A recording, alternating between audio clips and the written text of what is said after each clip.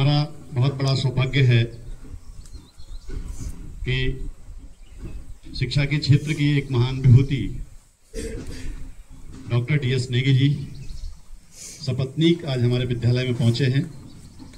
मैं दोनों हस्तियों का अपने विद्यालय परिवार की ओर से बहुत बहुत स्वागत करता हूं। के हारे हार हैं, मन के जीते जीत।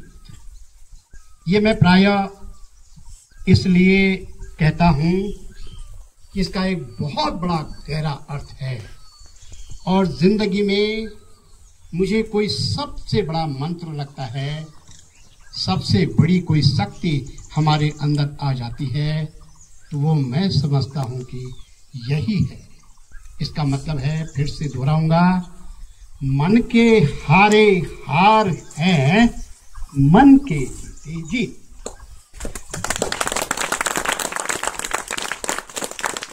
इसको बहुत करीब से जानने की कोशिश करते हैं। आपके अंदर कितनी प्रतिभा है, आप कितने होशियार हैं, आप कितना बड़ा काम कर सकते हैं। क्या आप मुझे अधिकार दोगे कि मैं आपके सामने बात कर सकता हूँ? जी। कर सकता हूँ? जी।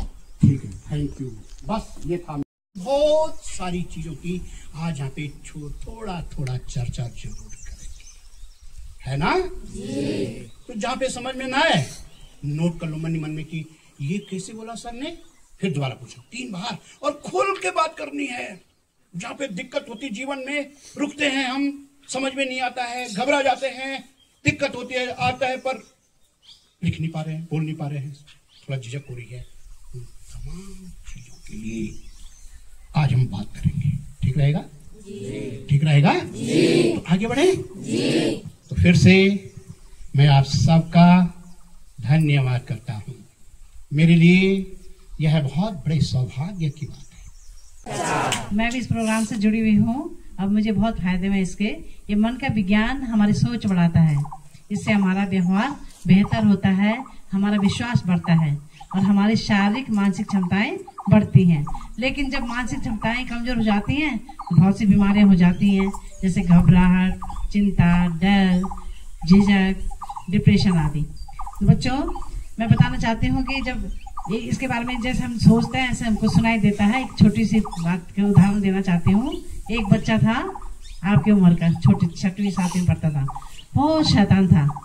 तो मम्मी उसको डांटती थी, सब डांटते हैं ना, जो शैतान होता है डांट पड़ती है, तो मम्मी डांटती थी। उसको बहुत बुरा लगता था कि मम्मी मुझे डांट रही है।